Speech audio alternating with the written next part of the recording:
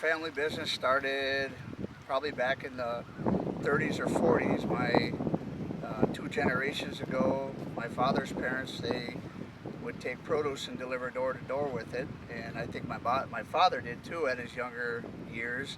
And then we slowly evolved into selling to the grocery stores. It started going more north in Escanaba. I think it was in 1999 or 2000 we started selling to the festivals. Going to mention it in the morning, so get them rolling, and they usually place their order early in the morning so we know what to harvest that day for delivery the next day. We try to keep it as fresh as we possibly can.